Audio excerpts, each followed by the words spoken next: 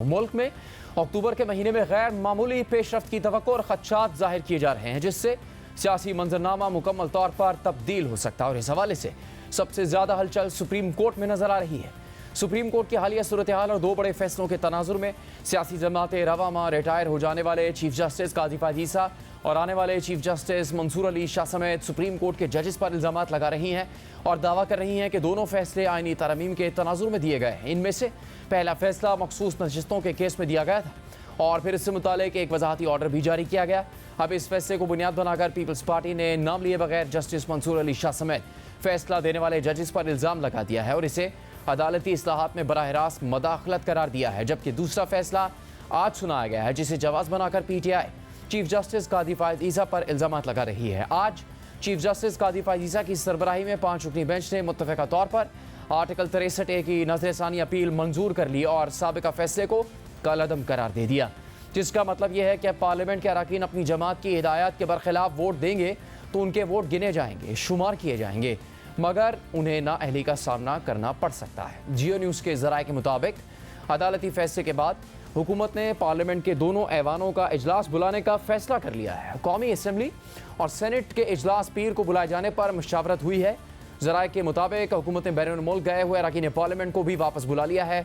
खुर्शीद शाह और तारिक फजल चौधरी समेत कई अरकान बैरून मुल्क हैं। नजरसानी केस में फैसले के बाद पार्लियामेंट से आईनी तरमीम मंजूर करवाने का इम्कान है, जबकि PTI आज के फैसले पर यह तासुर दे रही है कि इस फैसले से चीफ जस्टिस काजी फायद ईसा ने हुकूमत की अदलियत से मुतालिक आईनी तरमीम के लिए रास्ता हमवार किया है और हॉर्स ट्रेडिंग का दरवाज़ा खोल दिया गया है। PTI के मुताबिक हुकूमत चीफ जस्टिस काजी फायद ईसा को तौसीह देना चाहती है या आईनी अदालत का सरबराह बनाना चाहती है, तो वो खुद आज के इस फैसले के बेनिफिशरी होंगे। आज समाअत के दौरान इमरान खान के वकील बैरिस्टर अली जफर ने चीफ जस्टिस काजी फायद ईसा के सामने इसी तरह का मौक़िफ़ इख्तियार करते हुए कहा कि हुकूमत आईनी तरमीम ला रही है और तासुर है कि अदालत हॉर्स ट्रेडिंग की इजाज़त दे देगी। तो चीफ जस्टिस ने उनसे कहा कि हम इस बात पर आप पर तौहीन अदालत लगा सकते हैं। कल आपने एक तरीका अपनाया, आज दूसरा तरीका अपना रहे हैं। हम आपकी इज्जत करते हैं, आप हमारी इज्जत करें। हॉर्स ट्रेडिंग का कहकर बहुत भारी बयान दे रहे हैं। हॉर्स ट्रेडिंग क्या होती है आपको हम बताएं तो आपको शर्मिंदगी होगी। अली जफर ने कहा कि आर्टिकल 63A का फैसला हॉर्स ट्रेडिंग को रोकता है। आप अगर केस का फैसला देते हैं तो मफादात का टकराव होगा। चीफ जस्टिस ने रिमार्क्स दिए कि अली जफर साहब, आप बिला जवाज़ किस्म की इस्तदा कर रहे हैं, आप सियासी गुफ्तगू कर रहे हैं ताकि कल सुर्खी लगे। इस पर अली जफर ने कहा कि आज भी अखबार की एक सुर्खी है कि आईनी तरमीम 25 अक्टूबर से पहले लाजमी है। तो चीफ जस्टिस ने रिमार्क्स दिए कि हमें इस बात का मालूम नहीं है, ऐसी सियासी बातें ना करें जिसके सबब अखबारों में सुर्खियाँ लग जाएँ। अली जफर ने कहा कि हुकूमती सियासी जमातों की ख्वाहिश है कि आईनी तरमीम लेकर आएंगे, तो चीफ जस्टिस ने उनसे कहा कि बताएं आइन में ख्वाहिश का कहाँ जिक्र है। अली जफर ने कहा कि गुज़श्ता रोज़ फारूक H नाइक भी आईनी अदालत के हक़ में बात कर चुके हैं। कहा जा रहा है कि आईनी तरमीम के ज़रिए चीफ जस्टिस की मुद्दत मुलाजमत बढ़ाई जाएगी। इस पर जस्टिस जमाल बंदोखेल ने रिमार्क्स दिए, अगर चीफ जस्टिस खुद मुद्दत मुलाजमत में तौसील लेने से इनकार कर दे तो क्या होगा।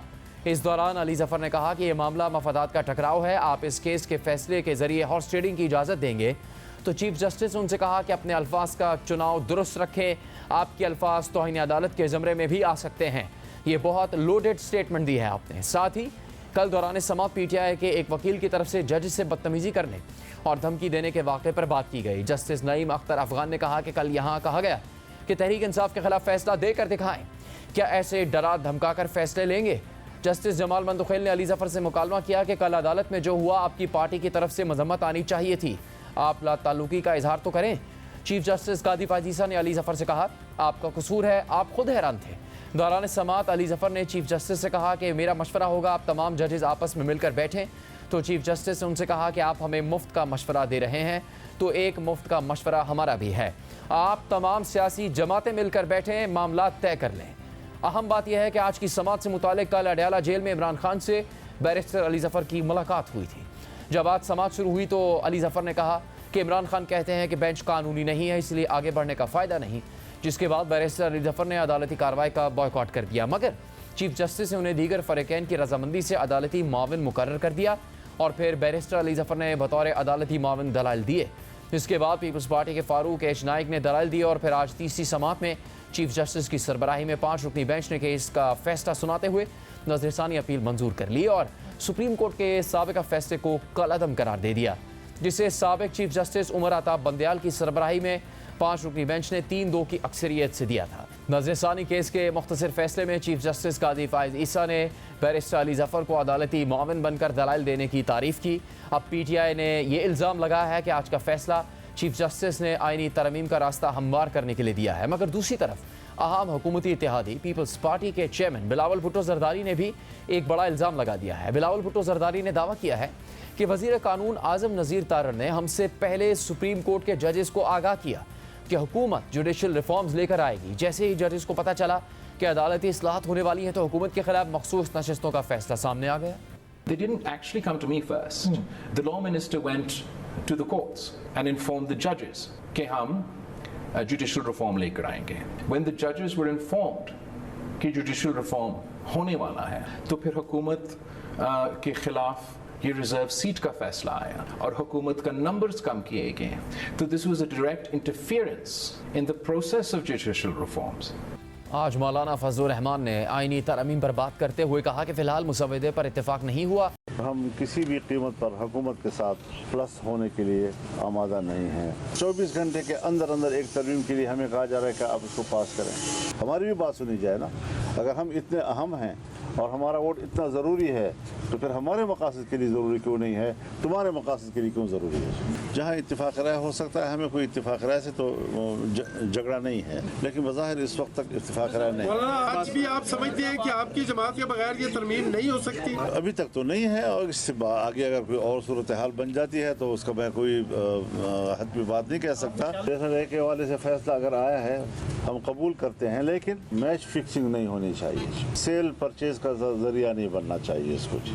मगर कल हमारे प्रोग्राम में मुस्लिम लीग नून के सेनेटर इरफान सिद्दीकी ने कहा था कि मौलाना फजलुर रहमान की रजामंदी से तरमीम की तराश खराश हो चुकी है। मौलाना के तरमीमी मुसवदे और सोच के करीब तर पीपल्स पार्टी और नून लीग आ चुके हैं। अब एक बार फिर से खबरें सामने आ रही हैं कि हुकूमत अगले हफ्ते आईनी तरमीम पेश करने जा रही है और तहरीक इंसाफ उनकी सख्त मुखालफत कर रही है। सुप्रीम कोर्ट के आज के फैसले को भी आईनी तरमीम से जोड़ रही है।